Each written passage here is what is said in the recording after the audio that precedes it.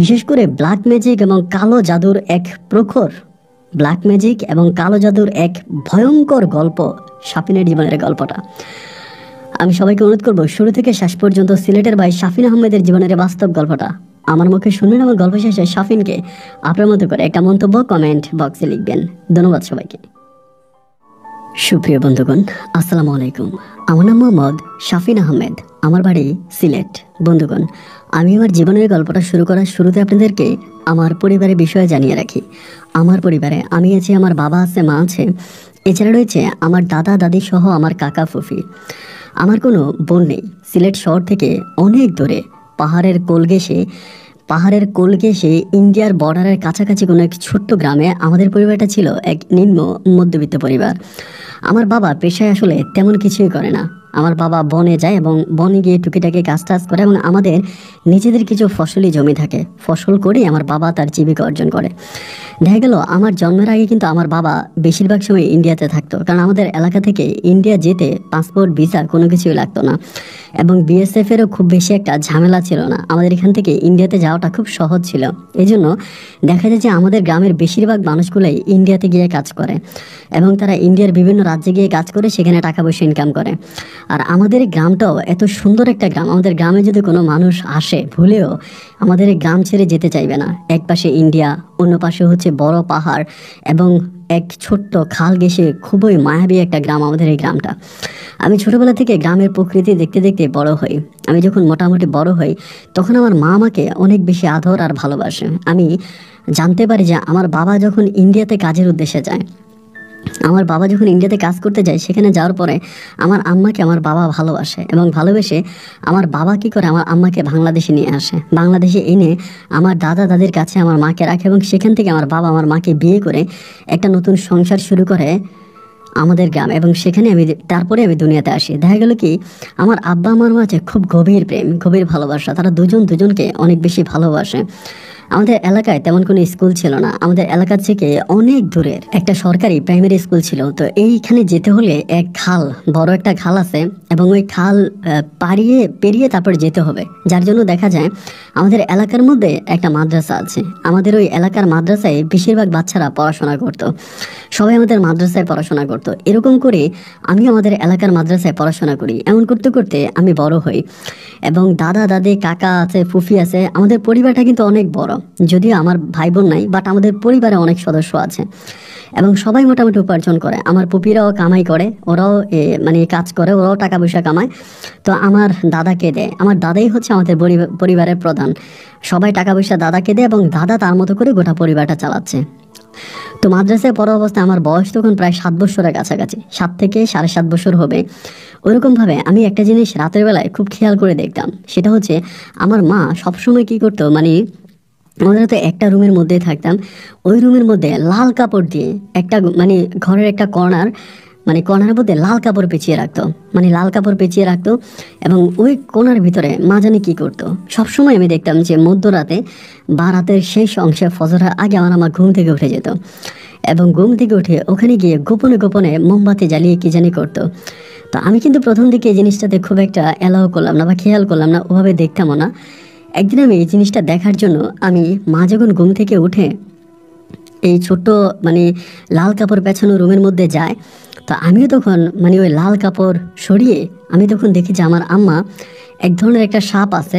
আমার কাছে মনে হয় যেন সাপটা জীবিত কোনো একটা সাপ আমার আম্মার সামনে। আমার আম্মা এই সাপটার পূজা করে, হিন্দুদের মতো করে পূজা করতেছে। এটা আমি নিজের চোখে দেখতে পাই। তো আমি এটা দেখে খুব ভয় পেয়ে যাই এবং ভয় পেয়ে তখন আমি যখন খাটে আসার পরে আমার আব্বা কিন্তু সজাগ, আমার আব্বা কিন্তু ঘুমায় না এবং আব্বা যখন দেখে ফেলা, আব্বা আমাকে বলে ওখানে গেলি কেন?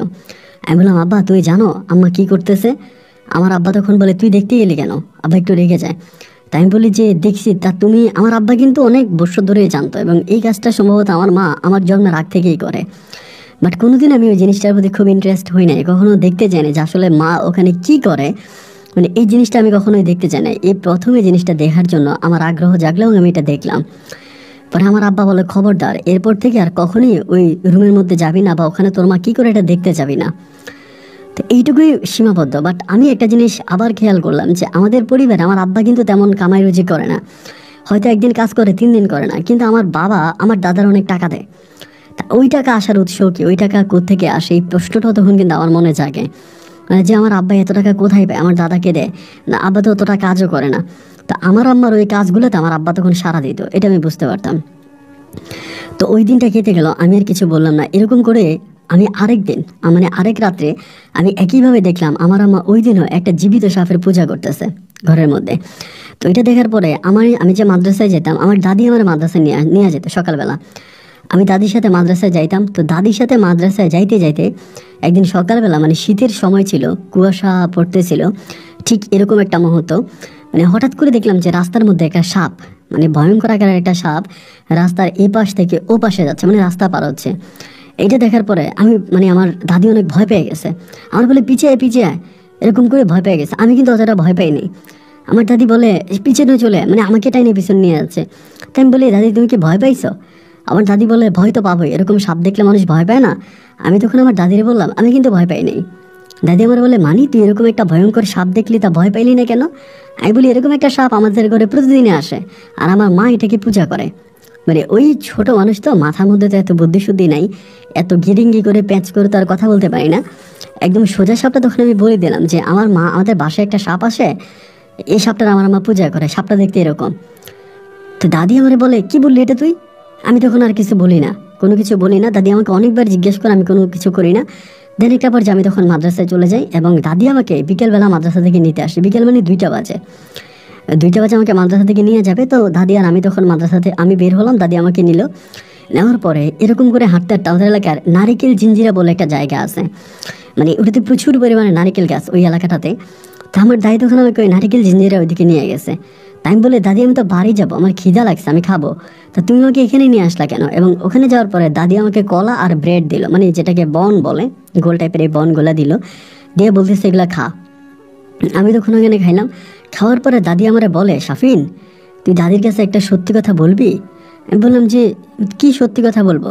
তা আমারে বলে, তুই যে মাদ্রাসায় যাওয়ার সময় বললি যে তোদের ঘরে এরকম একটা সাপ আসে আর তোর আম্মা ওই সাপটাকে পূজা করে, আসলেই কি এটা সত্য? আমার দাদিটা বলার পরে আমি তখন নিচের দিকে তাকিয়ে আছি, মানে আর কোনো কিছু বলি না, কারণ আমি তো ধরা খেয়ে গেছি। আমার আব্বা তো আমাকে বারবার মানা করছে যে এই সমস্ত, মানে এই কথা যাতে আমি বাইরের কাউকে না বলি, ইভেন আমার দাদা দাদিকেও যাতে না বলি। আব্বা কিন্তু এটা আমাকে বার করে সতর্ক করে দিয়েছে।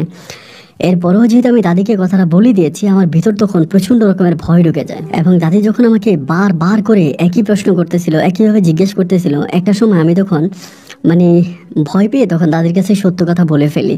এবং আমি বলি যে আমার মা অনেক বছর ধরে, আমার যখন বুঝবে আমি তখন থেকে দেখতাম আমার মা আমাদের ঘরের মধ্যে একটা কোণার ভিতরে লাল কাপড় পেঁচিয়ে রাখতো, এবং ওখানে আমার মা রাতের বেলায় কি জানি কি করতো। আমি একদিন দেখছি, 2 দিন দেখছি, দেখলাম একটা জীবিত সাপ আমার আম্মার সামনে আসে, এবং আমার আম্মা ওই সাপটার কাছে 2 হাত এক জোর করে কেমন জানি সাপটাকে পূজা করে। এটা আমি নিজের চোখে দেখছি। এটা শোনার পর আমার দাদি তখন খুব চমকে যায়, মানে ভয় পেয়ে যায়। আমার দাদিও আমার আম্মাকে নিয়ে অনেক ডাউট করতো, অনেক সন্দেহ করতো। তার মানে আমার আম্মা, আমি, আমার আব্বা যেই ঘরে থাকতাম ওই ঘরে আমার মা কাউকে ঢুকতে দিত না। ধরেন কেউ আসলে ওই ঘরের মধ্যে আমার আম্মা ঢুকতে দিত না, ঘর বন্ধ করে রাখতো। এবং আরেকটা বিষয় হচ্ছে এইটা যে আমার মায়ের গায়ে অনেক গয়নাগাটি থাকতো, অনেক বিলাসবহুল জামা কাপড় আমার মা পরতো, গয়নাগাটি পরতো, শাড়ি পরতো। তা এই জিনিসগুলো কোত্থেকে আসতো? আমার আব্বার তো ইনকাম সোর্স অতটা ভালো না, তাহলে এগুলো কোত্থেকে পাইতো? ওই ইনকাম, ওইগুলো আসার মানে জায়গাটা কোথায়, রাস্তাটা কোথায়? এই জন্য আমার আম্মাকে সবাই ডাউট করতো, পরিবারের সবাই সন্দেহ করতো যে মা হয়তো খারাপ কোনো কিছু করে। এটা সবার মাঝে একটা সন্দেহ ছিল। এবার আমার কথা শোনার পরে আমার দাদির ওই সন্দেহটা পাকাপোক্ত হয়ে গেল। দাদি আমাকে তখন বলে, তা তুই কি দেখেছিস সাপটা নড়াচড়া করে? আমি বললাম, হ্যাঁ আমি দেখছি। আমার দাদি বলে, তোর মা কি এটা প্রত্যেক দিনই করে? আমি বললাম, হ্যাঁ মা এটা প্রত্যেক দিনই করে। এরপরে হলো কি, এই দিনে দাদি আর আমি বাড়িতে গেলাম। বাড়িতে যাওয়ার পরে খাওয়া দাওয়া করলাম। আমি তখন ভয়ের মধ্যে আছি যে আমি যে আমার দাদিরে বলে দিলাম, আমার আব্বা যদি জানতে পারে তাই তো আমাকে জিন্দা মেরে ফেলবে, আর মা জানলে তো কথাই নাই, আমাকে আর বাঁচতে দিবে না। ভয়ে ভয়ে আমি তখন আমার আব্বা আম্মার সাথে রাতের বেলায় ঘুমাতে গেলাম। আব্বা এক পাশে ঘুমাতো, আম্মা এক পাশে ঘুমাতো, আমি মধ্যখানে ঘুমাতাম। রাতের বেলা আর ঘুম আসতেছে না, ছুপটি করে তখন আমি কি করলাম, ঘুমিয়ে গেলাম। এবং ঘুমিয়ে যাওয়ার পরে আমরা কিন্তু আমাদের ঘরের দরজাটা অনেকক্ষণ ধরে অনেক রাত পর্যন্ত খোলা রাখতাম, কারণ আমার আব্বা বাইরে যেত, বাইরে থেকে আব্বা আসলে তারপর আমরা দরজা খুলতাম, আব্বাকে ঘরে ঢুকতে দিতাম। তো ওই দিন দেখা গেল কি যে রাতের বেলা যখন ঘুমিয়ে আছি, এবং হঠাৎ করে, রাত্র তখন কয়টা বাজে ঠিক জানি না, হঠাৎ করে কেউ একজন মানে উঠানের মধ্যে চিৎকার দিয়ে উঠছে। মানে খুব জোরে উঠানের মধ্যে চিৎকার দিয়েছে, এবং উঠানের মধ্যে এরকম করে চিৎকার দেওয়ার পরে আমার মা কিন্তু তখন পূজা দিতেছে, ওই যে কর্নারের মধ্যে পূজা দিতেছে। এবং আমি তখন হঠাৎ করে ঘুম থেকে উঠি, লাফ দিয়ে উঠে দেখি আমাদের ঘরের দরজা খোলা, এবং উঠানের মধ্যে আমার দাদি চিৎকার করতেছে খুব জোরে জোরে, ও তোরা কে আছিস, কোথায় আছিস, বেরিয়ে আয়। দাদির ওই চিৎকার চেঁচামেচি শুনে তখন আমার কাকারা ফুফিরা যারা ছিল, আমার দাদি আর আমার দাদা বা গ্রামের আশেপাশের মানুষ সবাই তখন ঘুম থেকে উঠে গেছে। এবং সবাই উঠে যাওয়ার পরে আমার দাদি করলো কি, দৌড়ে এসে আমাদের ঘরের দরজাটা মানে ভিতর থেকে মানে বাইরে থেকে লাগাই দিল, টান দিয়া লাগিয়ে দেওয়ার পরে আমার মা তখন মানে একটু আতঙ্কিত হয়ে গেল যে কী ব্যাপার, দাদি এরকমটা কেন করলো। আমার ভিতরে তখন অনেকটা ভয় লেগে গেল যে কী ব্যাপার, আমাদের ঘরের দরজা খোলা কেন। আমার আম্মা তখন আব্বারে বারবার বলতেছে, তুমি রাতের বেলায় শোয়ার সময় ঘরের দরজা লাগাও নাই। আমার আব্বা বলে, আমি তো দরজা লাগাইছি। তো তাইলে দরজা খোলা কেন, দরজা খুললো কিভাবে, আর কেনই বা তোমার আম্মা এরকম করে চিৎকার করতেছে, এই কথা আমার আম্মা আমার আব্বারে বলতেছে। এবং কিছুক্ষণ পরে আমার আম্মা কি করলো, যে লাল কাপড় এটা সরাই ফেললো, ওই পূজার যে জিনিসগুলো ছিল ওগুলো আমার আম্মা লুকাই ফেলছে সব কিছু। অনেকক্ষণ পরে আমার দাদি তখন দরজা খুলছে, এবং দরজা খোলার পরে একে একে আমাদের ঘরের ভিতরে আমার কাকা ঢুকছে, এবং আমার আমার হচ্ছে দাদা ঢুকছে, আবার আমাদের গ্রামের আরও দুজন মানুষ আমাদের ঘরে ঢুকছে। ঢোকার পরে তারা আমার আব্বাকে আর আমার আম্মাকে আর আমাকে বলতেছে, আপনারা একটু ঘর থেকে বের হন। তো আমার আব্বা বলতেছে, কেন আমাদের ঘর, আমরা বেরোবো কেন, বলে একটু বের হন, কাজ আছে। এরপরে ঘর থেকে আমি, আমার বাবা এবং আমার মা বের হওয়ার পরে কিছুক্ষণ পরে তারা তখন আমাদের ঘরে তল্লাশি চালায়, এবং আমাদের ঘরে খোঁজাখুঁজি করতে করতে একটা পর্যায়ে তারা আমার মায়ের ওই রুমের মধ্যে পেঁচানো লাল কাপড় এবং পূজা দেওয়ার জন্য যে সরঞ্জামগুলো এগুলো সব কিছু বের করে আনে। এবং ওই সময় আর সাপটা কিন্তু থাকে না, আমি কিন্তু মানে সাপটাকে দেখি নাই। এবং সাপটা যে ওইখানে কোত্থেকে আসতো এটা আল্লাহ ভালো জানে, আদৌ এইসব জীবিত না মৃত আমি সেটাও বুঝতাম না, কিন্তু আমার কাছে মনে হতো যেন সাপটা জীবিত। একেবারে তেলতেলে কালো আকারের একটা সাপ ছিল। পরে দেখা গেল যে সবাই উঠানে আসলো, আসার পরে রাত্রি গভীর হয়ে গেছে, তখন সবাই উঠানের মধ্যে বসছে।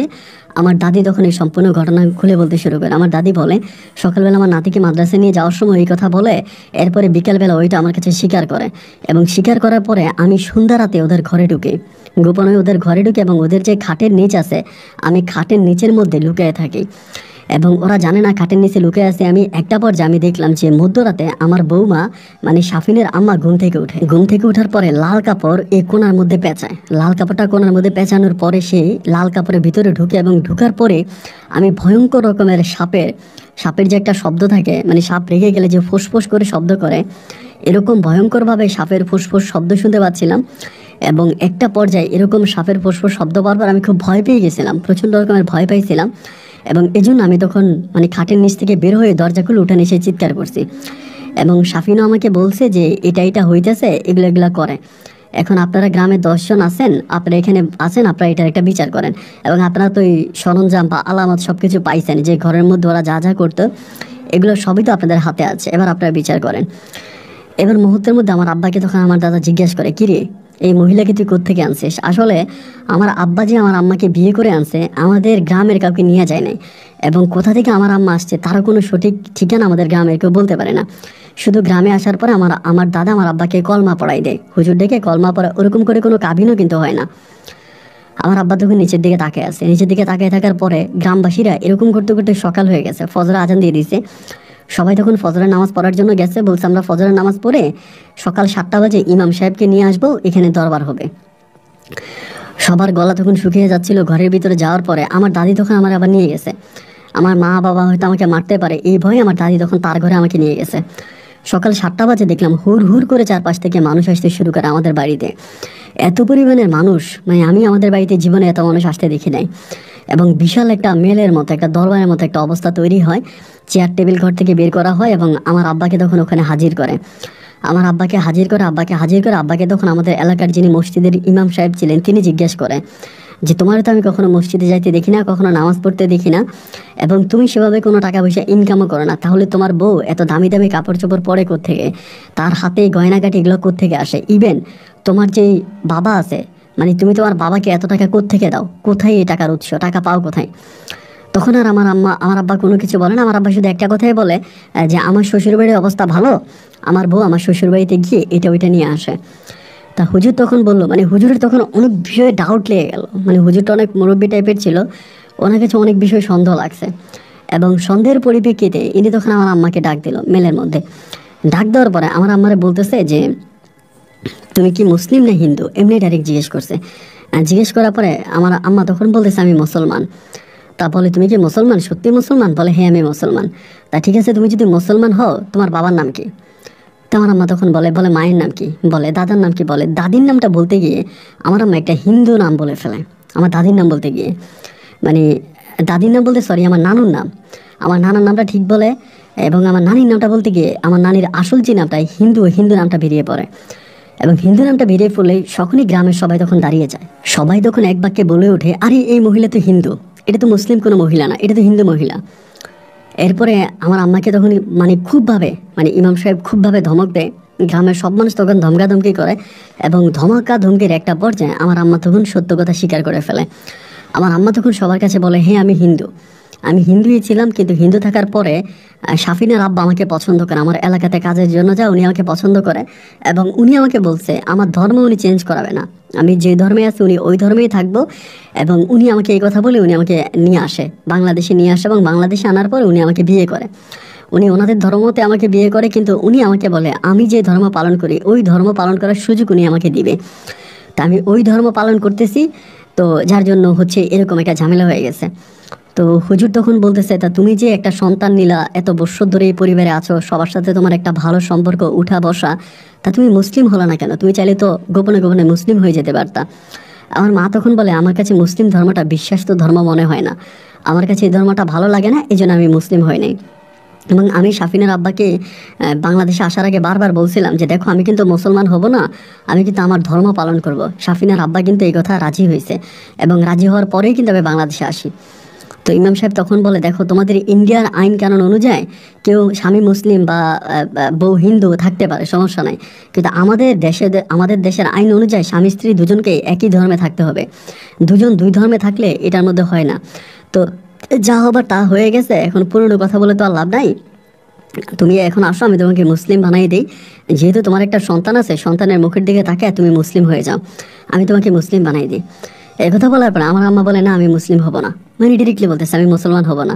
হুজুর তখন বোঝাচ্ছে, এবং আমার দাদা তখন বোঝায় আমার মাকে যে তুমি মুসলিম হয়ে যাও। সবাই আমার দিকে তাকায় আর কি, মানে যে ছেলেটা আছে তার মুখের দিকে তাকায় সবাই অনেক ইমোশনাল হয়ে আমারে বোঝায় যে তুমি মুসলিম হয়ে যাও, এবং তুমি মুসলিম হয়ে গেলে তোমার সংসারটা ঠিকই যাবে। আমার মা তখন এক বাক্যে সবাইকে একটা কথাই বলে, আমি মরে যেতে পারি, তাও আমি আমার ধর্ম চেঞ্জ করব না।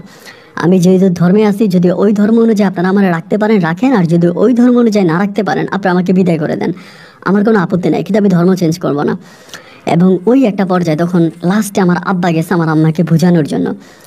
আমার আম্মা কিন্তু খুব রাগে ছিল, প্রচণ্ড রকমের রাগে, মানে রাগ উঠলে আমার মায়ের মাথা ঠিক থাকতো না।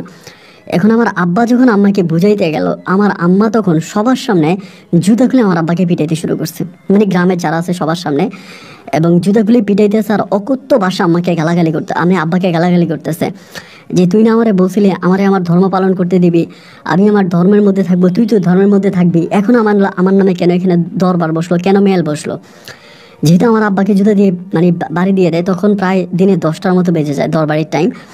তখন দরবার সবাই মিলে সিদ্ধান্ত নেয় যে ঠিক আছে, তাহলে এই মহিলা আমাদের এই গ্রাম ছেড়ে চলে যাবে, এবং আজকের মধ্যে সূর্য ডুবার আগে এই মহিলা এই গ্রাম থেকে চলে যাবে, এবং এই মহিলা আর কখনোই এই গ্রামে আসবে না। যেহেতু সে আমাদের কথা মানলো না, সে মুসলিম হলো না, এবং আমাদের ধর্ম মতো আসলো না, এবং সে তার স্বামীকে জুতা পিটা করলো, আমাদের সবার সামনে স্বামীর গায়ে জুতা মারলো, তো এরপরে এই মহিলা এই পরিবারে থাকার কোনো রকমের যোগ্যতা রাখে না, এই মহিলাকে গ্রাম থেকে বেরিয়ে যেতে হবে। গ্রামের মানুষগুলো তখন আস্তে আস্তে করে যে যার দিকে চলে যাচ্ছে। আমার দাদি তখন আমাকে ঘরের ভিতরে ডেকে নিল, আমি তখন ঘরের মধ্যে গেলাম। আমার আম্মা তখন ঘরে গেল, আমার আব্বা তখন আর ঘরে গেল না, আব্বা তখন বাইরে দাঁড়িয়ে আছে, এবং আম্মা ঘরের মধ্যে নিয়ে মুহূর্তের মধ্যে ব্যাগ ট্যাগ সব কিছু রেডি করে ফেলছে, তার জামা কাপড় যা যা আছে আমার মানে সব কিছু রেডি করে আম্মা তখন ঘর থেকে বেরিয়ে পড়ছে। বেরিয়ে আমাকে ডাকতেছে, সাফিন ও সাফিন, জোরে জোরে ডাকতেছে। আমি তখন আমার দাদির কোলে, পরে ডাকতেছি দেখে আমার দাদি তখন আমার নিয়ে বেরোইছে। বেরোয়ার পরে আমার আম্মা তখন আমার বলতেছে, সাফিন আয়, আমরা চলে যাব।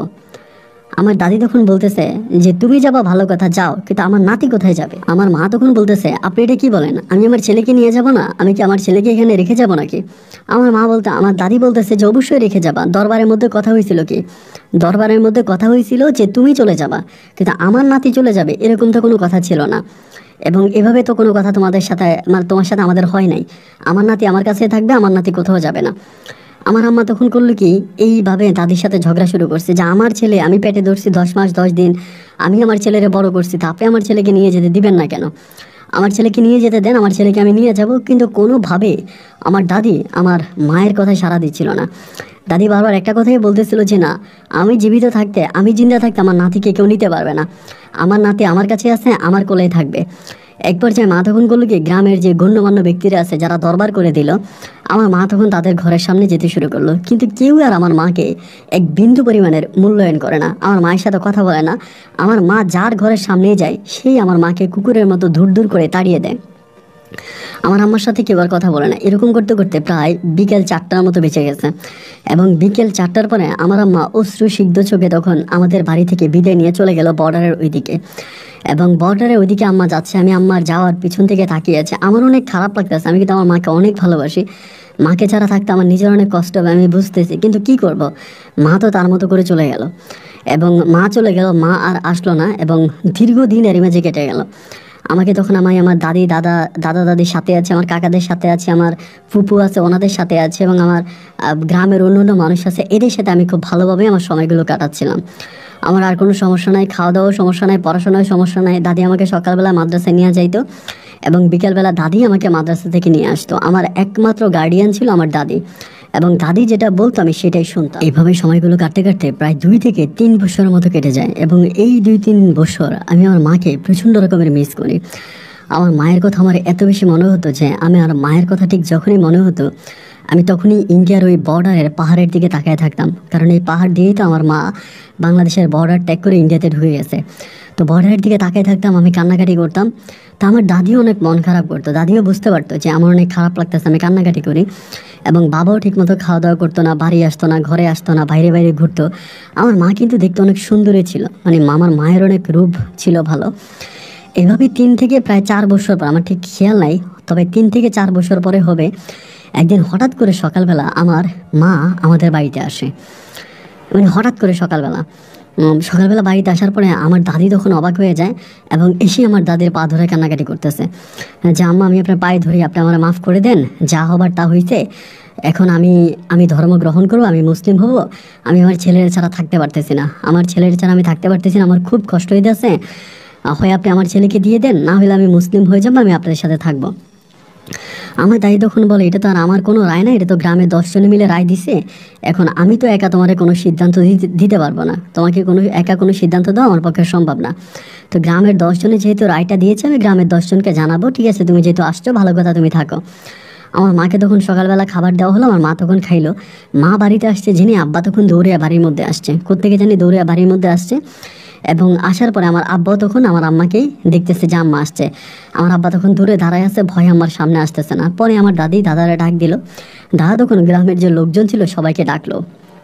আগে যারা সবাই মিলে সিদ্ধান্ত করে আমার মাকে বিদায় করলো না, তো সবাইকে আমার দাদা পুনরায় আবারও ডাকলো যে আপনারা আসেন, আমার ছেলের বউ তো আবার আসছে, এখন সে মুসলিম হতে চায়, আমাদের পরিবারে থাকতে চায়। তো আবারও ওই একইভাবে জোহরের নামাজের পরে মসজিদের ইমাম সাহেব সহ যারা ছিল পুনরায় তাদের সবাইকে একত্রিত করা হলো, এবং সবাই তখন আসলো। আসার পরে সবাইয়ের কাছে আমার আম্মা কান্নাকাটি করতেছে, আমি ভুল করছি, আমি অন্যায় করছি, আমি অপরাধ করছি, আপনারা আমাকে সবাই মাফ করে দেন, এবং আমি এই কাজ আর কখনোই করবো না, এবং আমি ভালো হয়ে যাবো, আমি আমার সন্তানের সাথে থাকবো, আমি মুসলিম হয়ে যাব। এই কথা বলার পরে ইমাম সাহেব তখন কোরআন শরীফ নিয়ে আসে, এবং কোরআন সুন্নাহ অনুযায়ী তখন আমার আম্মাকে মুসলিম বানানো হয়। আমার আম্মা তখন মুসলিম ধর্ম গ্রহণ করে, এবং আমার বাবার সাথে তখন আমার আম্মা আবারও ঘরে যায়। তো তখন আমার দিনগুলো অনেক ভালো কাটতেছিল। আমি পুনরায় আবারও আব্বাকে এক পাশে এবং আম্মাকে এক পাশে রেখে মধ্যখানে ঘুমাচ্ছিলাম। আমার সময়গুলো আবার আগের মতো খুবই স্বর্ণালী এবং বর্ণালী কাটতেছিল। এইভাবে দিন আর রাতগুলো কাটতে কাটতে এখানে আরও প্রায় আপনার 1.5 থেকে 2 বছরের মতো কেটে যায়। তো এই 1.5-2 বছরের ভিতরে আমি কিন্তু কখনোই কোনো কিছু খেয়াল করতাম না যে আমার আম্মা কী করে না করে, আমার আম্মা কোথায় যায় না যায়, এই কোনো কিছুর প্রতি কিন্তু আমার কোনো ছিল না, আমি কোনো কিছু দেখতাম না। তো একইভাবে আমার হঠাৎ করে একদিন রাতের বেলায় ঘুম ভেঙে যায়। আমার আবার একটা অভ্যাস ছিল কি ভাই জানেন, আমি সন্ধ্যা রাতে ঘুমাইলে রাতের বেলায় খুব বেশি একটা সজাগ পাইতাম না, খুব কম। হয়তো এরকম হইতো যে প্রস্রাব ধরছে তো আমি বুঝতে পারতাম না, এরকমও ছিল, খুব বড় বয়সেও কিন্তু আমি বিছনায় প্রস্রাব করে দিতাম, এরকম একটা অবস্থা। তো যাই হোক, ওই দিন হঠাৎ করে আমার আবার ঘুম ভাঙে, এবং ঘুম ভাঙার পরে ভাই আপনি বিশ্বাস করবেন কিনা জানি না, যেই দৃশ্যটা আমি আজ থেকে বহু বছর আগে দেখেছিলাম, ঘরের কোণার মধ্যে লাল কাপড় পেঁচিয়ে আমার আম্মা পূজা দেওয়া, এই কাজটা আমার আম্মা আবারও করতেছে। আমি তখন অনেক বড়, বা প্রায় আমার বয়স তখন 13-14-এর কাছাকাছি। তো জিনিসটা আমি আবারও দেখলাম। তো পুরনো ঘটনাগুলো তো আমি সব জানি, যে কী কী ঘটনা ঘটছে সবই তো আমি জানি। পরে দেখলাম যে এই ঘটনা আম্মা আবারও আগের মতো সেই পূজা দিতেছে। আমি যখন আসছি, আসার পর আমার আব্বারে ডাক দিছি, আব্বা আব্বা, দুই দুবার ডাক দেওয়ার পর আব্বা তখন উঠছে। ওঠার পরে আমার আব্বা তখন বলতেছে কী হয়েছে। আমি বললাম দেখো আম্মা তো আবার পূজা দিতেছে।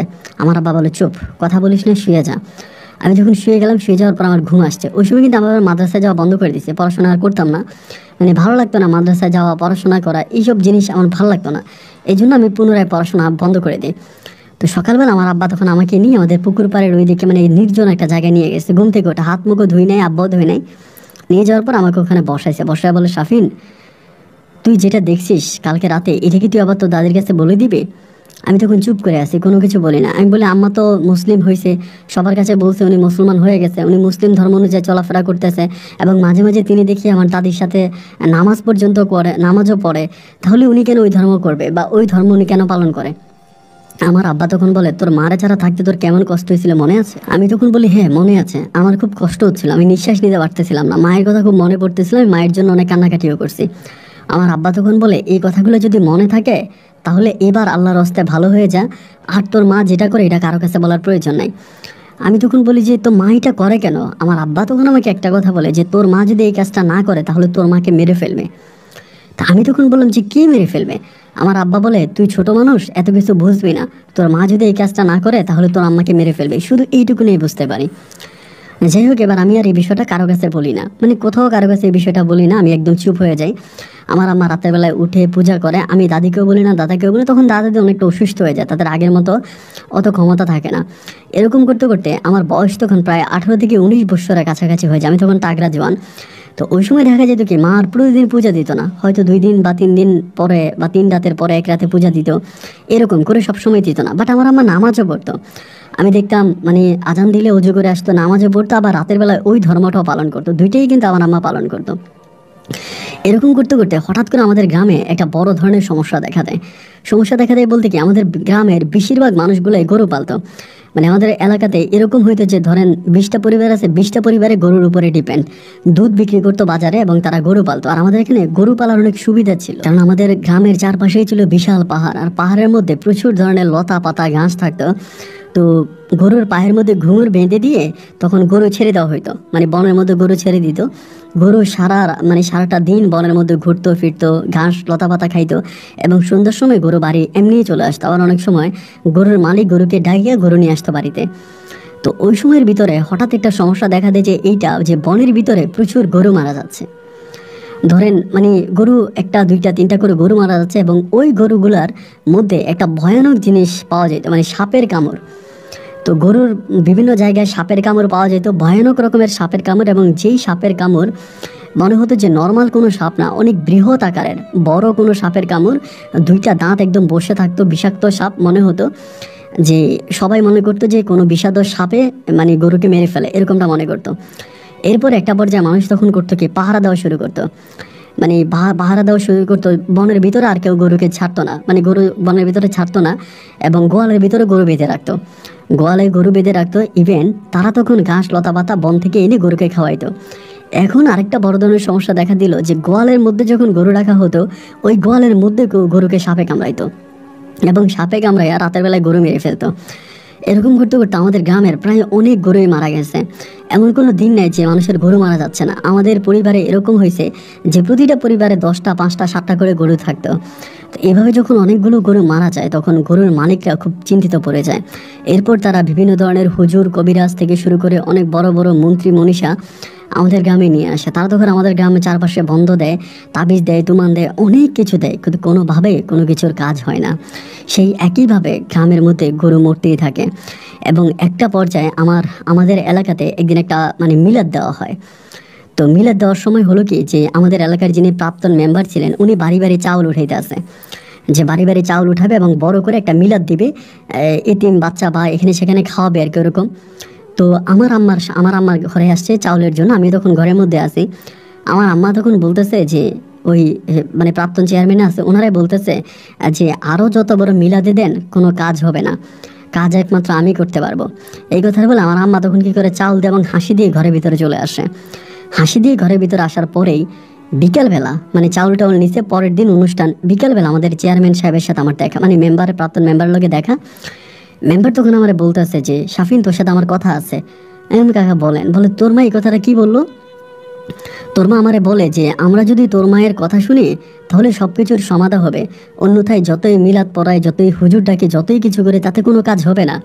এই কথাটাই তুই কি বুঝলি?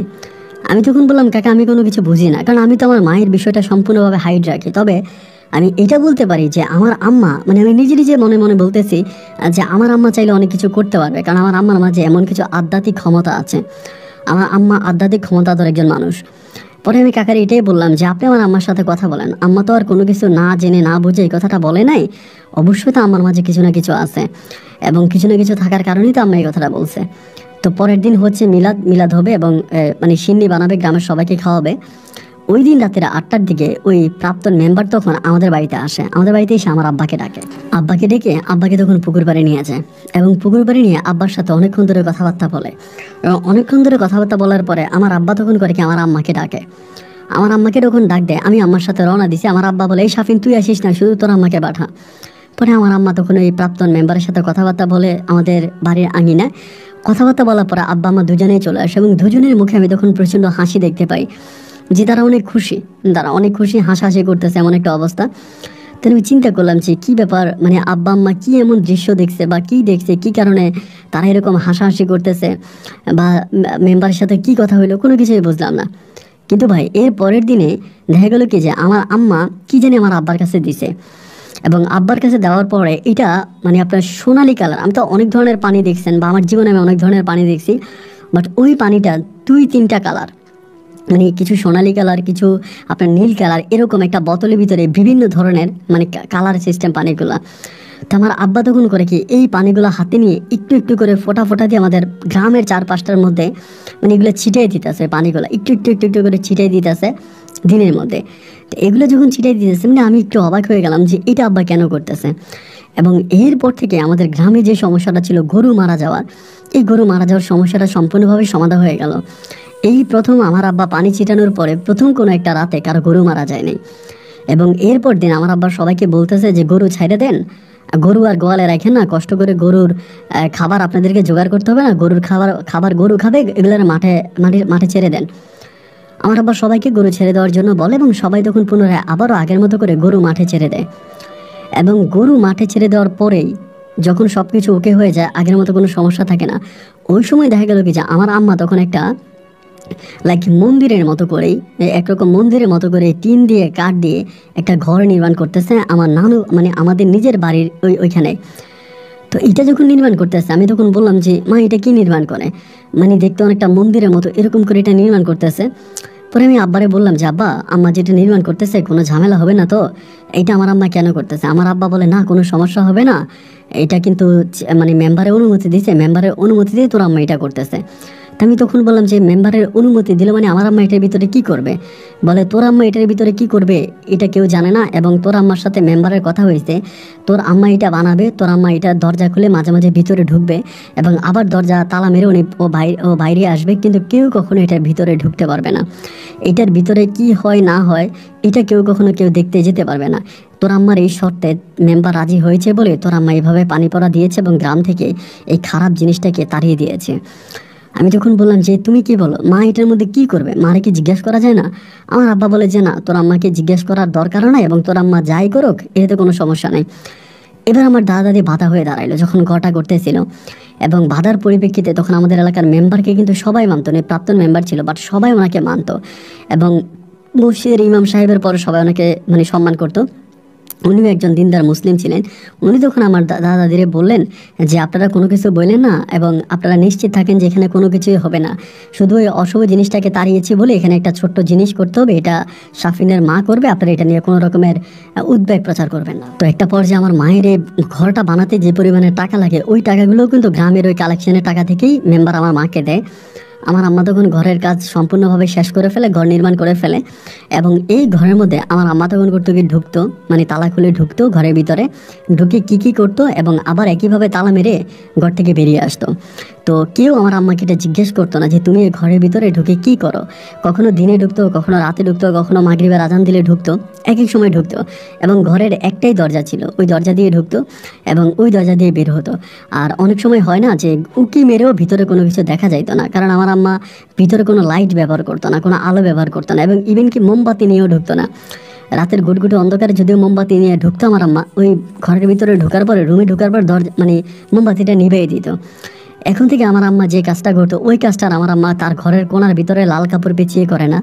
আমি তখন মনে করি যে আমার আম্মা এই কাজটা ওই ঘরের মধ্যেই করতো, মানে পূজার যে কাজটা ওই কাজটা এই ঘরের মধ্যেই করতো।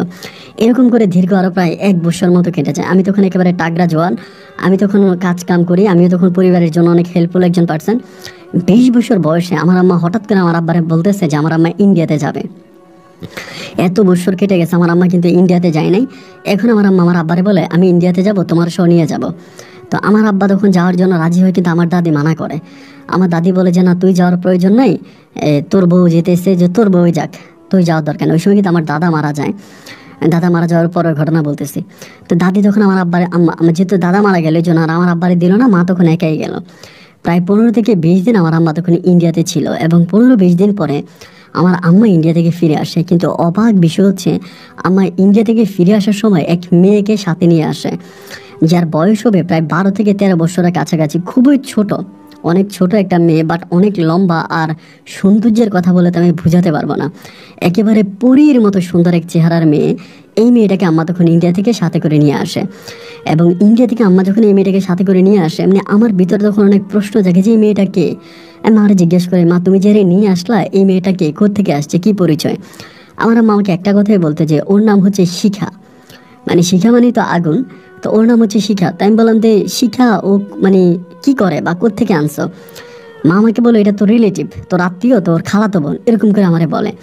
তো খালাতো বোন যেহেতু বলে, আমি আর কোনো কিছু বলি না, বাড়ির মধ্যে থাকে, আমার আম্মার সাথে থাকে। কিন্তু একটা বিষয় শুধুমাত্র আমি খেয়াল করি, এই মেয়েটাকে শুধুমাত্র আমার আম্মা ওই ঘরটার মধ্যে ঢুকাতো, ওই রুমের মধ্যে ঢুকাতো, এবং ওই মেয়েটাকে রুম থেকে বের করতো। যে ঘরটা আমার আম্মা বানাইছিল মানে প্রাক্তন মেম্বারকে বলে, ওই ঘরের মধ্যে শুধু এই মেয়েটাই ঢুকানোর অনুমতি ছিল, আর কাউকে আমার আম্মা ঢুকাইতো না। এই মেয়েটাকে নিয়ে ঢুকতো এবং এই মেয়েটাকে নিয়ে আমার আম্মা বের হইতো। এরকম করে সময়গুলো কাটতে কাটতে অনেকগুলো দিন কেটে যায়। একদিন আমি মেয়েটাকে জিজ্ঞেস করি, শিখারে আমি সময় পাই। ও আবার আমার সাথে ভালো ছিল, আমার দেখলে বলতো ভাইয়া ভালো আছেন, হ্যাঁ ভালো আছি, তুমি ভালো আছো, ভালো আছি। তো এরকম করে আমি একদিন মেয়েটাকে জিজ্ঞেস করি, মেয়েটার ভিতরে আমি কেমন জানি একটা ভয়ঙ্কর রকমের কিছু একটা পাইতাম। মানে বিষয়টা ছিল এরকম যে কেমন জানি একটা অদ্ভুত অদ্ভুত একটা মানে আচরণ ছিল মেয়েটার মাঝে। মানে তার চোখের চাউনি বা কথাবার্তা, এবং সবসময় মনত সে একটা চাপে থাকে, একটা টেনশনে থাকে, অলওয়েজ একটা টেনশন মাথায় নিয়ে ঘুরে পড়ে। মানে খুব বেশি একটা হাসে না, মানে কেমন জানি একটা তার ভিতরে একটা ভয়ঙ্কর ভয়ঙ্কর ভাব লুকিয়েছিল। পরে একদিন আমি মেয়েটাকে জিজ্ঞেস করলাম যে আচ্ছা তুমি আমাকে একটা সত্যি কথা বলবা, যে তোমার আব্বা আম্মার নাম কি, এমনি জিজ্ঞেস করি। ও তখন বলতে পারে না। আমি মানে আমার কাছে কেন জানি ডাউট লাগতো যে মেয়েটা হিন্দু হবে, এটা মুসলিম হবে না। যেহেতু আমার আম্মার খালাতো বোন, আমার আম্মার বোনের মেয়ে, তার মানে আমার আম্মা যেহেতু হিন্দু ছিল, তার মানে এটা আমার হিন্দু মেয়ে, এটাই মনে হবে। কিন্তু মেয়েটা নামাজ পড়তো, এটা সত্যি কথা। একইভাবে মানে আমার আম্মা যে ধরনের কাজগুলো করতো, সব কাজগুলো এই মেয়েটা করতো। নামাজও পড়তো, পুজোও করতো, মানে আমার আম্মার এজিস্টেন্ট এক কথায় বললে চলে। তা আমি একদিন তারা জিজ্ঞেস করলাম যে শিখা তোমার আব্বু আম্মের নাম কি। তার আব্বা আম্মার নাম জিজ্ঞেস করলে তো কিছুটা বুঝতে পারবো। ও বলে জানি না। তা আমি বললাম যে তোমার আব্বা আম্মার নাম কি তুমি জানো না? ও বলে না আমি জানি না। আমি তখন বললাম তোমাদের বাড়ি কোথায়, বা ইন্ডিয়াতে কোন কোন প্রদেশে তোমরা থাকো, কোথায় তোমাদের ঠিকানা। ওই আমাদের কোনো কিছু বলে না। মানে আমি যতই তারা জিজ্ঞেস করি তার পারিবারিক বিষয়, সে কোনো কিছুই বলে না। শুধু আমাদের বাড়িতে আসার পর থেকে যা যা ঘটছে এই সবই কিছু বলতেছে, কিন্তু অতীতের কোনো কথাও কোনো সময় আমাকে বলতে পারে না। এইরকমভাবে দিনের রাতগুলা কাটতেছে। আর এই ঘটনার পরে এখানে একটা জিনিস আমি বলতে ভুলে গেছি, এই যে আমার আম্মা একটা ঘটনা ঘটালো, পুরো গ্রামবাসীকে অবাক করে দিল, গ্রামের একটা খারাপ জিনিস সে গ্রাম থেকে বিদায় করলো। এরপরে আস্তে আস্তে করে গ্রামের মানুষরা আমার আম্মাকে কবিরাজ ভাবতে শুরু করে। অনেকে আমার আম্মার কাছে পানি পড়া, তাবিজ পড়া, এটা ওইটা নিয়ে আসে, এবং আমার আম্মা পানি পরে দেয়, তাবিজ পরে দেয়। এবং অনেকেই ধরেন শরীর বন্ধের তাবিজ দেয়, অনেকের ফসল হয় না, ফসল হওয়ার জন্য তাবিজ দেয়। মানে খুবভাবে হচ্ছে গ্রামের মানুষের অনেক উপকার আমার আম্মা করতে থাকে। এবং এই মেয়েটাকে মানে এই শিকারে আনার পর থেকে আমার আম্মার এই ধরনের তান্ত্রিকের কাজগুলো আরও বেড়ে যায়। আমার আম্মা আরও বেশি তান্ত্রিকের কাজ করতে শুরু করে, একটু ভয়ানক টাইপের একজন মানুষ হয়ে যায়। এবং আমার আম্মু কালো জাদু করতো, এটা আমি নিজের চোখেও দেখেছি। অনেক মহিলার সাথে কথা বলার সময় আম্মু বলতো যে আপনার অমুকের কালো মানে চুল নিয়ে আসেন, নখ নিয়ে আসেন, এগুলো বলতো। তা চুল আনা নখ আনা মানেই তো ব্ল্যাক ম্যাজিক করা, কালো জাদু করা, এগুলো আমি বুঝতে পারতাম। এবং এই যে কালো জাদুগুলো করতো আমার আম্মা সবই ওই ঘরটার মধ্যেই করতো। একদিন আমি শিখারে জিজ্ঞেস করলাম যে শিখা, আমার আম্মা যে ঘরের মধ্যে যায় এবং ঘরের মধ্যে কি করে তুমি কি জানো? কখনো দেখেছিলে আম্মা ঘরের মধ্যে কি করে? তুমি তো আম্মার সাথে ঘরে ঢুকো। ও আমাকে বলে আমি কিছু দেখি না। আমি বলি তুমি কিছু দেখো না মানে মানে তুমি তো ঘরের মধ্যে ঢুকো, মানে ঢুকার পরে কি তুমি কিছু দেখতে পাও না? ও বলে আমি ঘরের মধ্যে ঢুকার পর আমার কোনো কিছু মনে থাকে না, ওই ঘরের মধ্যে কি হয় বা না হয় সব কোনো কিছু আমার মনে থাকে না। সবকিছু মিলিয়ে এই মেয়েটার আচরণ আমার কাছে অনেকটা সন্দেহজনক মনে হয় যে না, এখানেও কোনো একটা ঝামেলা আছে। এই মেয়েটাও কোনো কিছু আমার কাছে হাইড করে বা পরিপূর্ণভাবে আমাকে সব সব বিষয়ে সত্যি কথা বলে না, কিছু বিষয় এই মেয়েটা আমার কাছে লুকায়। তারপরও আমি আমার মায়ের উপরে ডিপেন্ড করে বা মায়ের কথা শুনে আমি সব কিছু চুপচাপ করে পড়ে আসি। এরকম করতে করতে শিখা মেয়েটাকে আমার কেমন জানি আমার ভিতর থেকে এক ধরনের ভালো লাগা কাজ করতে শুরু করে। মেয়েটার আমার খুব ভালো লাগতো, তার কথাবার্তা আচরণ বা চেহারা টেরা সব কিছু খুব বেশি আমার কাছে ভালো লাগতো। পরে আমি যখন দোকানে যাইতাম, দোকানে গেলে আমি ওর জন্য অনেক কিছু গিফট নিয়ে আসতাম। ধরেন চানাচুর নিয়ে আসতাম, বিস্কিট নিয়ে আসতাম, অথবা ওর পছন্দের অনেক খাবার নিয়ে আসতাম, এটা ওটা নিয়ে আসতাম। এমন করে সময়গুলো কাটতে কাটতে এই শিখা মেয়েটার সাথে আমার মোটামুটি এক ধরনের একটা ভালো লাগার সম্পর্ক তৈরি হয়। এবং ভালো লাগার সম্পর্ক তৈরি হয় বলতে আমি টোটালি মেয়েটাকে ভালোবেসে ফেলি, মানে ভালোবাসি। ও আমাকে ভালোবাসে, আমি ওকে ভালোবাসি। আমি খুব সংক্ষেপ করে বলি, কম সময়ের ভিতরে আমাদের দুজনের মাঝে একটা অদ্ভুত রকমের প্রেম ভালোবাসা তৈরি হয়। এবং ভালোবাসা তৈরি হওয়ার পরে আমি তখন তারে বললাম যে শিখা, তুমি আমার আম্মার সাথে ওই ঘরের মধ্যে যেও না। তুমি যে আমার আম্মার সাথে ওই ঘরের মধ্যে যাও আমার ভালো লাগে না, তুমি আমার আম্মার সাথে ওই ঘরে যেও না। ও আমাকে বলে আমি ওই ঘরে না গেলে তো তোমার আম্মা আমাকে এই পরিবারে রাখবে না, আমাকে এই পরিবার থেকে বের করে দিবে। আমি তখন বললাম যে মানে রাখবে না কেন, তুমি ওই ঘরে যাও না, ওই ঘরে না গেলেই তো তোমার হয়। ওই রুমের মধ্যে যে তুমি যাও, ওই ঘরটার মধ্যে তুমি যাও, আমার খুব ভয় লাগে। অন্ধকারাচ্ছন্ন একটা ঘর, নাই কোনো জানালা, একটা ছোট্ট দরজা দিয়ে ঢুকো, আবার এটার মধ্যে তালা মেরে রাখো, আবার ওই তালা কেউ ভয়ে ভাঙেও না। ওই ঘরের সামনেও কেউ রাতের বেলা যায় না, মানে সবাই ওই ঘরটাকে খুব ভয় পায়, যে ঘরের মধ্যে অনেক কিছু হয় এটা সবাই মনে করে। এরকম করতে করতে আমি তখন মানে মাঝে মাঝে আমাদের রিলেশনটা হওয়ার প্রায় বছর খানিক পরে আমি একটা জিনিস খেয়াল করে দেখি যে কেমন জানি শিখা অনেকটা শুকিয়ে যাচ্ছে, মানে হঠাৎ করে ওর শরীরের সমস্ত অঙ্গ কেমন জানি একটু নীল নীল নীল আকার হয়ে যাচ্ছে, ওর চোখগুলো নীল হয়ে যাচ্ছে এবং শরীরের বিভিন্ন অঙ্গ নীল হয়ে যাচ্ছে। তা এরকম নীলচে নীলচে ভাব দেখার পরে একদিন আমি ওকে জিজ্ঞেস করলাম যে শিখা, মানে তুমি কি আমাকে একটু বলতে পারো যে ওইখানে কি হয় বা তুমি ওখানে ঢুকে কি করো, আমাকে একটু বলো। আমাকে বলে দেখো আমার তেমন কিছু মনে থাকে না, শুধু আমার এটুকুনি মনে থাকে ওই, আমি শুধু বাস্তবতার জন্য কথাগুলো বলছি, যারা ব্ল্যাক ম্যাজিক বা কালো জাদু করে তাদের উদ্দেশ্য করে বলছি, কেউ কথাটা খারাপভাবে নেবেন না। ওই শুধু আমাকে বলে যে ওই ঘরে ঢোকার পরে আমাকে শরীরের সমস্ত কাপড় খুলে ফেলতে হয়। আমি তখন বললাম তারপর? বলে কাপড় খোলার পরে একটা জিনিসের সামনে তোমার আম্মা আমাকে বসায় এবং বসানোর পরে আমার শরীরটা অনেক ব্যথা করে, মানে আমার শরীরে প্রচণ্ড রকমের ব্যথা অনুভব করি। এত ব্যথা আমার শরীরে কেন হয় এটা আমি জানি না, বাট আমার শরীরটা খুব ব্যথা করে। আমি তখন বললাম তার মানে অবশ্যই আমার আম্মা তোমাকে দিয়ে অন্য কোনো কিছু করায়। তো একদিন আমি করলাম কি, আমার মায়ের আমি ডিরেক্টে বললাম যে মা তুমি, মাও কিন্তু তখন কিছুটা বিষয় ডাউট করে যে শিখার সাথে আমার একটা প্রেম ভালোবাসার সম্পর্ক বা এরকম কিছু মা মনে করে। একদিন আমি মাকে ডিরেক্টলি বললাম যে মা, শিখারে তুমি আর ওই ঘরের মধ্যে নিও না, ওই ঘরের মধ্যে তুমি নিও না। শিখার চেহারা টেয়ারা কেমন শুকিয়ে গেছে, ও কেমন নীলচে নীলচে ভাব হয়ে যাচ্ছে এবং আমার কাছে মনে হয় ও অনেকটা অসুস্থ হয়ে যাচ্ছে, তুমি ওকে আর ওই ঘরের মধ্যে নিও না। এটা বলা মাত্র আমার আম্মা তখন আমার উপরে খুব খেপে যায়, মানে রেগে যায়। রেগে গিয়ে আমার বলতেছে তুই এটা বললি কেন, মানে এই কথা তুই আমার কেন জানাইলি, এটা বললি কেন? আমি বললাম মা আমি তো তোমার ভালোর জন্যই বললাম, আর আরেকটা কথা কি মা জানো, আমি শিখারে পছন্দ করি। আমার আম্মা বলে ওরে আমি পছন্দ করার জন্য তো এই বাংলাদেশে নিয়ে আসি নাই, ও কাউরে পছন্দ করবে কাউরে বিয়ে করবে এই জন্য আমি আনি নাই, ওরে আমি আমার কাজের জন্য আমি ওরে আমার কাজের জন্য আনছি এবং আমার কাজ সম্পূর্ণ হলেও এখান থেকে চলে যাবে, ও এখানে থাকবে না। আমি তখন বলি মা আমি ওরে পছন্দ করে আমি ওরে বিয়ে করতে চাই, ডিরেক্টলি বললাম। এবার আমার আম্মা একটু রেগে যায় যে কেন তুই ওরে বিয়ে করবি, তোর যদি বিয়ে করাই লাগে আমি তোকে বাংলাদেশে দেখে শুনে কোনো এক মেয়েকে বিয়ে করাবো, আমি তোকে এই মেয়েকে বিয়ে করাবো না। আমি তখন মারে বললাম যে না, আমি যদি বিয়ে করি তাহলে এই মেয়েটাকে বিয়ে করব। আমি তখন আমার আব্বার কাছেও বলেছি আব্বা ওরে আমার খুব ভালো লাগে, ওর সাথে আমার অনেক বছর ধরে সম্পর্ক আছে, আমি ওকে বিয়ে করতে চাই, তুমি মাকে বুঝে যেভাবে পারো শিখার সাথে আমাকে বিয়ে করাই দাও। আমার আব্বাও তখন আমার আম্মাকে বলে, আমার আম্মা তখন আমার আব্বারও কোনো কথা মূল্যায়ন করে না, কোনো কথা মূল্যায়ন করে না, আমার আম্মার কোনো কথা আমার আব্বা শোনে না।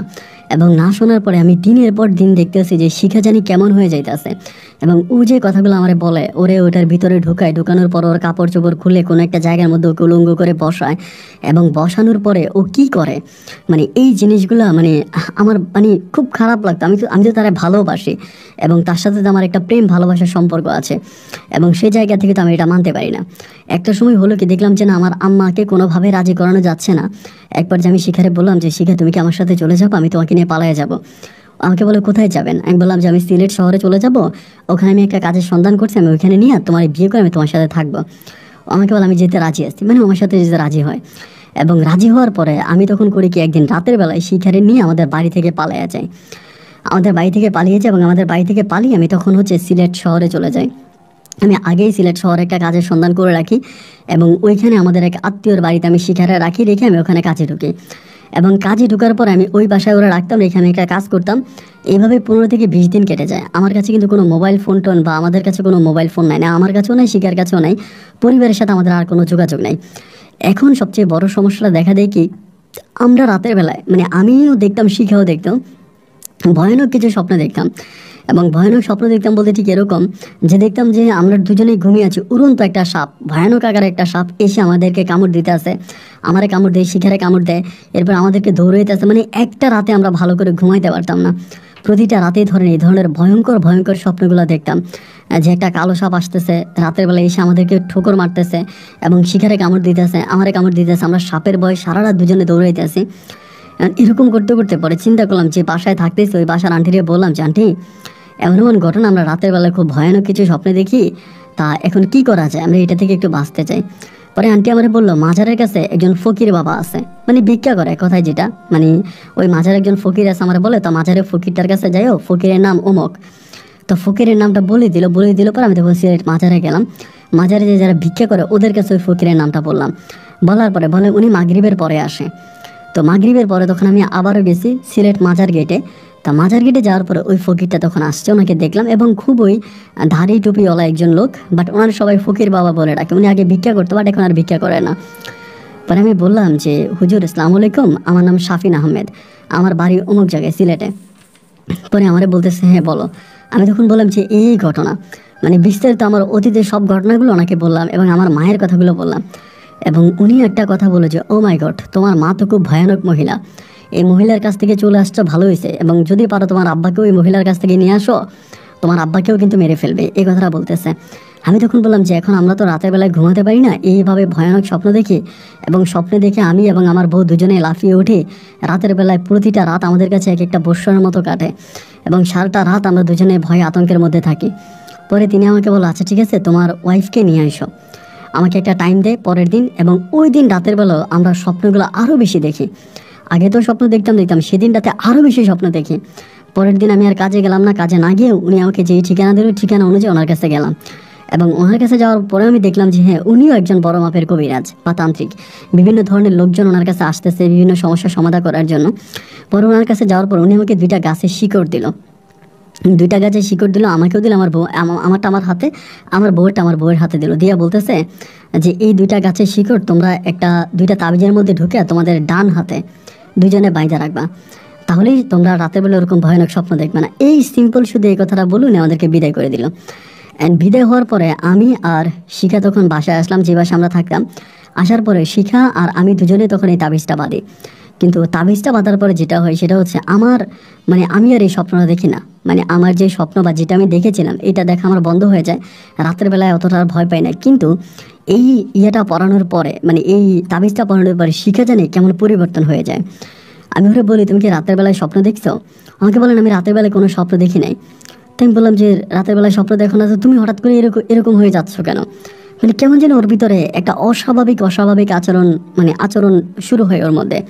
তা অস্বাভাবিক আচরণটা কীরকম, মানে ও কেমন যেন একটু গম্ভীর হয়ে থাকে, খুব বেশি একটা কথা বলে না, মানে কেমন যেন একটা হয়ে যায়। আমি কিন্তু এই পর্যন্ত আমার পরিবারের সাথে কোনো যোগাযোগ রাখি না, আমার আব্বার সাথে আম্মার সাথে কোনো যোগাযোগ রাখি নাই।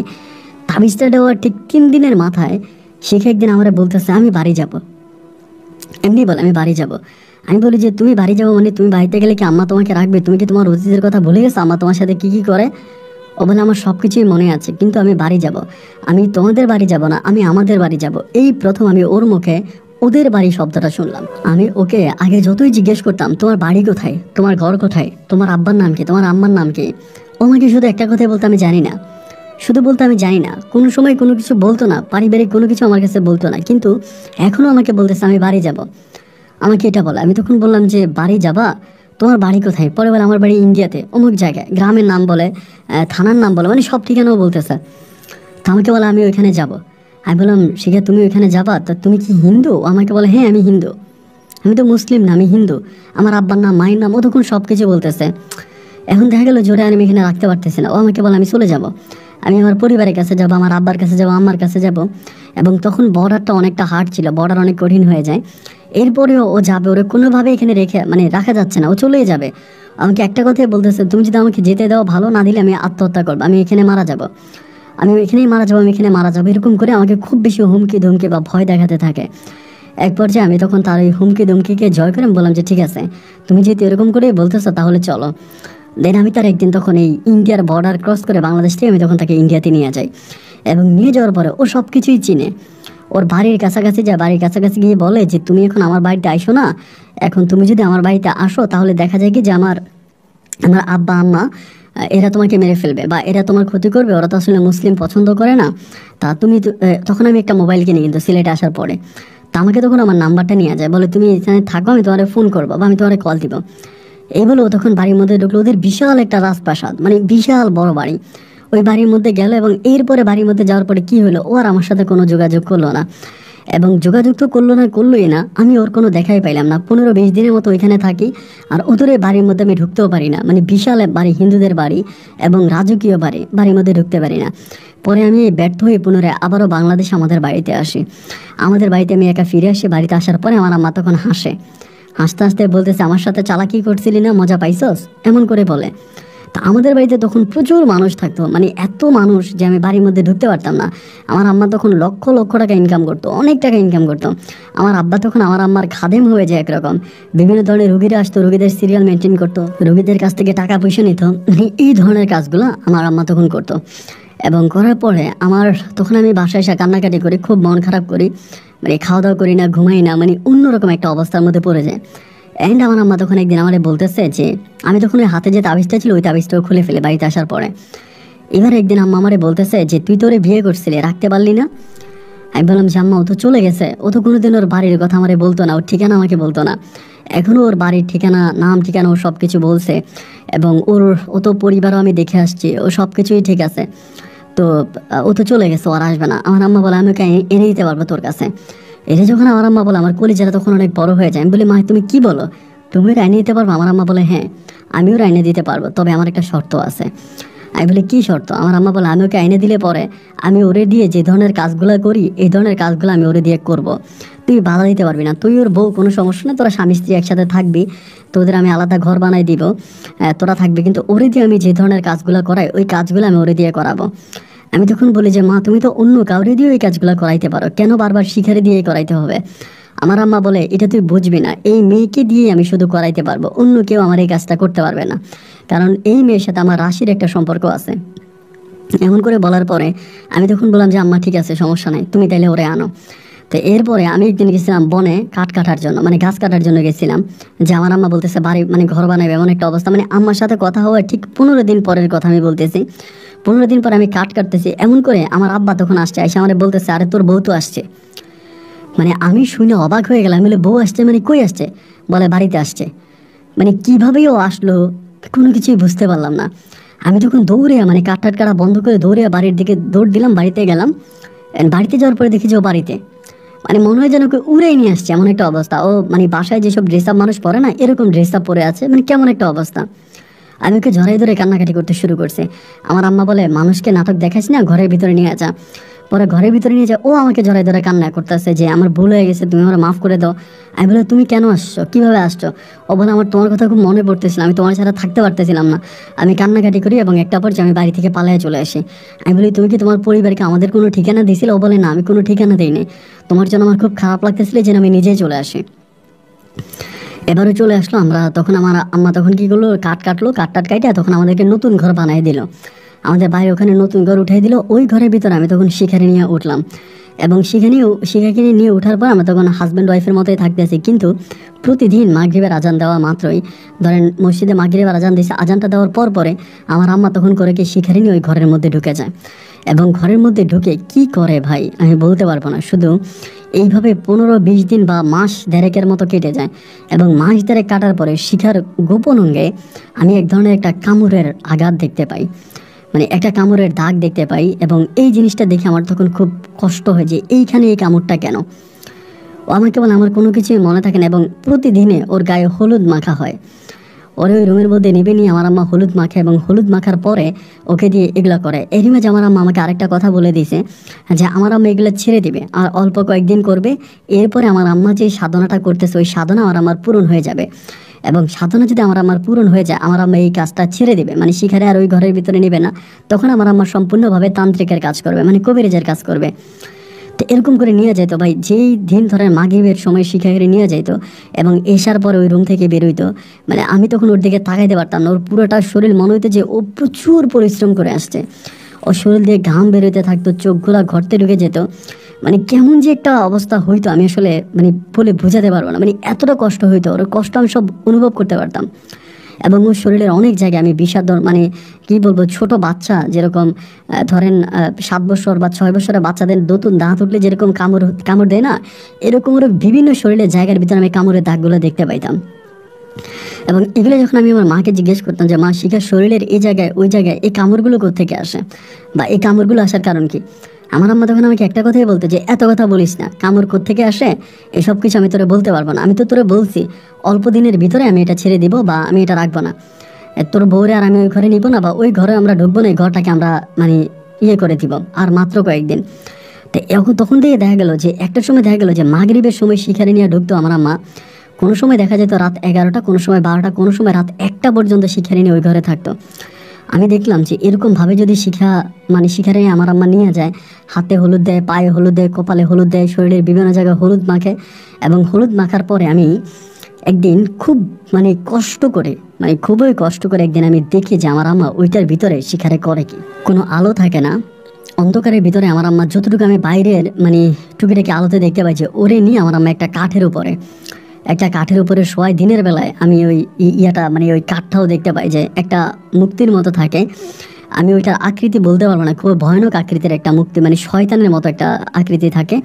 ওইটার সামনে, মূর্তিটার সামনে তখন আমার বউরে আমার আম্মা তখন শোয়ায় এবং শুয়ে ওর বিভিন্ন শরীরের বিভিন্ন জায়গায় আমার আম্মা তখন মাখে। এই কাঁচা হলুদের ঘ্রাণ আমার বাইরে থেকে পাইতাম, কাঁচা হলুদ মাখতো, মাখার পরে এইভাবেই ওরে রেখে দিত। ওই শোয়াই অবস্থায় ও থাকতো 3 ঘন্টা 4 ঘন্টা 5 ঘন্টায় শোয়াইতে অবস্থায় থাকতো। এরপরে ওকে আমার আম্মা এখান থেকে উঠে আনতো। তো একটা সময় আমার কাছে মনে হলো যে আমার শিকার কষ্ট নিতে পারতেছিলাম না। আমার আম্মা বলছে ছেড়ে দিবে, আমাকে বলে যে এটা ছেড়ে দেবো, এটা রাখবো না, এটা আমি ছেড়ে দেবো, এটা আমি আর করবো না বা এটা আমি বন্ধ করে দেবো, এমন একটা অবস্থার ভিতরে আমার আম্মা এগুলো করতো। তো একটা পর্যায়ে হলো কি আমি আর এই জিনিসটা নিতে না পেরে একদিন আমি করলাম কি, রাগ করে, ওই দিন ছিল আপনার শনিবার ছিল এবং ওই দিন আমার আম্মা রাত 2টা বাজে শিকার ওখান থেকে বের করছে। এবং বের করার পরে আমি তখন করলাম কি, আমার আম্মা তখন করলো কি, এই শিকারে বের করে শিকারে আমার ঘরে দিল এবং আম্মা তখন ওনার ঘরে গেল। শিকার পুরো শরীরে তখন কাঁচা হলুদের গন্ধ। আমি তখন কি করলাম, ওই রাতে সহ্য করতে না পেরে ঘরে কেরাসিন তেল ছিল এবং কেরাসিন তেল ঢেলে আমি তখন আমার আম্মার ওই ঘরের মধ্যে আগুন লাগাই দিলাম। এবং ঘরের মধ্যে আগুনটা লাগানো মাত্রই মনে হয় যেন আমার আম্মার শরীরে আগুন লাগছে। আম্মা তখন ওইখান থেকে দৌড়ে আসছে আগুন নিভানোর জন্য। আমি তখন আম্মারে জড়ায় ধরছি। শিখা তখন ও আমার ঘরে শুয়ে আছে, ও শোয়া থেকে উঠতে পারে না, এতটাই ক্লান্ত হয়ে যায়। আমার আম্মার আমি জড়ায় ধরছি যে তুমি আগুন নিভাবা কেন, তুমি আগুন নিভাইতে পারবা না। আমি আগুন নিভাইতে আমার আম্মারে দিন, আমার আম্মা আগুন নিভাবে মানে এত পরিমাণে করতেছে। একটা পর্যায়ে আমার আম্মা ওইটার ভিতর থেকে কি জানি বের করার চেষ্টা করে, বের করার চেষ্টা করে আমার আম্মা আমার ধাক্কা দিয়ে ফালাই দিই ঘরটার ভিতরে ঢুকে। এবং ঘরের ভিতরে ঢুকা মাত্রই তখন এই ঘরটা কাঠের ঘর ছিল, এটা পুরো ভেঙে পড়ে আমার মায়ের মাথার উপরে। কাঠ দিয়ে গম্বুজের মতো বানাইছিল, গম্বুজের মতো করছে, মন্দির সিস্টেম, বাট অনেক বড়। এইটা আমার শরীরের উপরে ভেঙে পড়ে এবং আম্মার শরীরের উপরে ভেঙে ফেলার পরে আম্মা ওইখানেই তখন আমার আম্মাকে বের করার জন্য অনেক চেষ্টা করে, কিন্তু আমাকে ওভাবে বের করতে পারে না। আম্মা ওই আগুনে পুড়ে যায়। আমার আম্মাকে যখন বের করা হয় তখন আমার আম্মুর শরীরের প্রায় 3/2 অংশই পুড়ে গেছে। ওইখান থেকে আম্মুকে বের করা হয় এবং বের করার পরে রাতের মধ্যে আমার আব্বা বলে তুই কোথাও চলে যা, কারণ কোনো ঝামেলা হতে পারে, হয়তো আইনি কোনো ঝামেলা হতে পারে। এরপর আমি ওই রাতের মধ্যেই আমার বাড়ি থেকে আমি পালিয়ে যাই, অন্য কোথাও চলে যাই। এবং আমার আব্বা তখন বললো কি সেই রাতের সকাল হওয়ার সাথে সাথে আমার আম্মাকে তখন দাফন করে দিল। মানে মানুষকে জানাজানি হওয়ার আগে, যেহেতু আমার আম্মা বড় তান্ত্রিক ছিল, এটা মানুষ জানাজানি হওয়ার পর আমার আম্মার ওখানে দাফন করে দিল। তো আম্মাকে দাফন করে দেওয়ার পরে তখন শিখা আমার আব্বার সাথে থাকতো। আমি তখন কয়েকদিন ধরে বাড়িতে আসি নাই, প্রায় 15-20 দিনের মতো আম্মুর মৃত্যুর পরে, আম্মুকে দাফন কাফন করার পরে 15-20 দিন পর আমি যে বাড়িতে থাকতাম, ওই বাড়িতে থাকা অবস্থা আমি জানতে পারি শিখা নাকি পাগলামি শুরু করছে। মানে পাগলামি করে ওই ঘরে যাওয়ার জন্য, আবারও নতুন করে ঘর বানাতে চায়, ওই ঘরে যেতে চায়, আমার আম্মার কবরের কাছে যায়।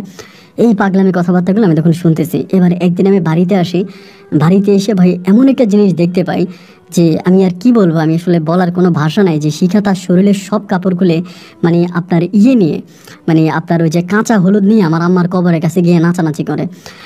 ওর শরীরের কোনো কাপড় কেউ রাখতে পারে না, শরীরের কোনো কাপড় কেউ রাখতে পারে না। মানে যতই ওরে ধরে, ও সবাই লাথি মেরে কাপড় চোপড় খুলে আমার কবরের ওখানে গিয়ে নাচানাচি করে, শরীরের মধ্যে আপনার কাঁচা হলুদ মাখে, মানে টোটালি পাগল হয়ে যায়। পরে আমরা তান্ত্রিক দেখাই, অনেক বড় বড় তান্ত্রিক দেখাই, বাট কোনো তান্ত্রিকের মধ্যে আমরা কোনো কিছু করতে পারি না, ওরে কোনো কিছু করতে পারি না বা কোনো কিছু ঠিক করতে পারি না। একদিন হলো কি, তার এমন অবস্থা দেখে আমার ভিতরটা তখন ফেটে যাচ্ছিল। তখন বিভিন্ন মানুষ এই নাটক দেখার জন্য, এগুলো দেখার জন্য মানুষ ছুটে আসতে, জিনিসগুলো দেখতে। ওরা ভাইদা পর্যন্ত রাখা যায় না, শরীরে কোনো কাপড় রাখা যায় না। একদিন আমাদের এক ডাক্তারের পরামর্শ নিয়ে আমি বর্ডার কন্ট্যাক্ট করে আমি ওর ইঞ্জেকশন দিই, ঘুমের ইঞ্জেকশন দিই। এবং ঘুমের ইঞ্জেকশন দিয়ে আমি তখন তার ইন্ডিয়াতে নিয়ে যাই। এবং ইন্ডিয়াতে নিয়ে যাওয়ার পরে ওর বাবা মা কিন্তু আমাকে চিনতো না, বা ওর পরিবারে কেউ কিন্তু আমাকে জানতো না। আমরা ওকে ইন্ডিয়াতে নিয়ে যাই, এবং ইন্ডিয়াতে নিয়ে যাওয়ার পর ওর তখন আবার জ্ঞান আসে। মানে ঘুমের ইঞ্জেকশন দিয়ে ইন্ডিয়ার মধ্যে ঢুকানোর পর জ্ঞান আসে। এই আবারও পাগলামি শুরু করেছে শিকলে বাইটা। তখন ওদের এলাকার কয়েকটা ছেলের সাথে আমার আগ থেকেই কথাবার্তা হইতো। মানে ওই শিখারে খুঁজতে গিয়া ওনাদের পরামর্শক্রমে আমি তখন শিখারে তার পরিবারের কাছে দিয়ে আসি। তো শিখারে যখন তার পরিবারের কাছে দিয়ে আসে, ওর ভাই আছে, ভাবি আছে, ওর মা আছে, অনেক আত্মীয় স্বজন। ওখানে দিয়ে আসার পর ওরা একটা কথাই বলো, ওরা শিখারে প্রচুর খুঁজতেছিল শিখা কোথায় গেল। এবং আমরা বললাম যে ও বর্ডারে ক্রস করে বাংলাদেশে ঢুকে গেছে এবং ও পাগল হয়ে গেছে, পাগলের মতো ঘুরতো। এবং একটা সময় ওরে জিজ্ঞেস করে ও ঠিকানা বলে, দেন আমরা ওকে এখানে নিয়ে আসি।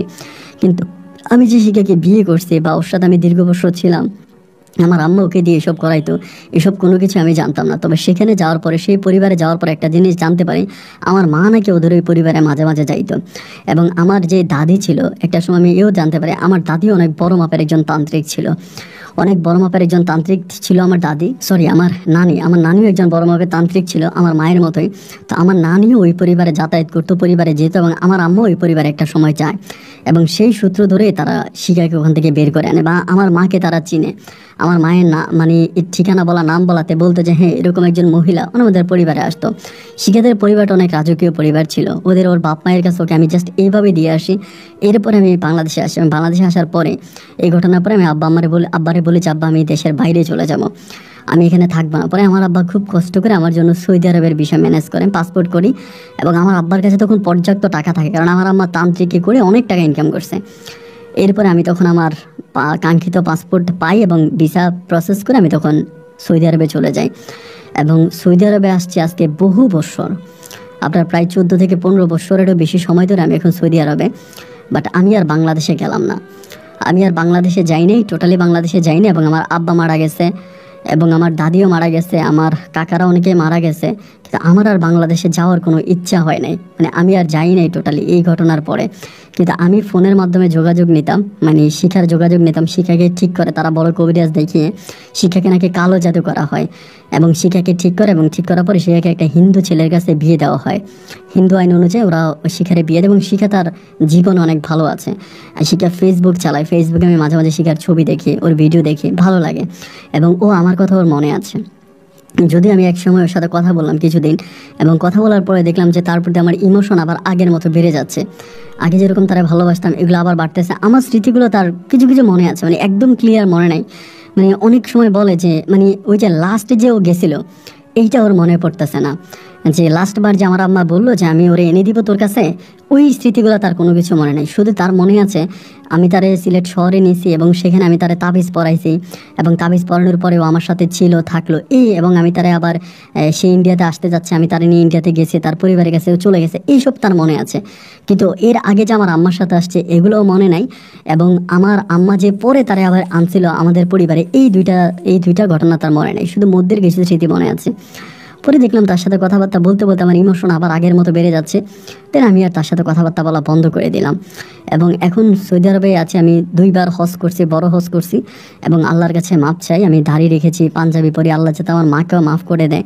আমার মায়ের জন্য দোয়া আছে এবং আমি আমার ওয়াইফের জন্য দোয়া আছে, আল্লাহ যাতে আমার ওয়াইফকেও ভালো করে। সে তো মুসলিম, যতটুকু হয়েছে আল্লাহ যাতে ওকে ভালো করে। ও নামাজও পড়তো, সেই হিসেবে আল্লাহ যাতে ওকে কবুল করে নেয়। কিন্তু ভাই আমি নিজের চোখে দেখেছি আমার আম্মার অনেক ঘটনা, অনেক নোংরা ঘটনা আরও আছে যেগুলো আমি বলতে চাই না বা বলি নাই।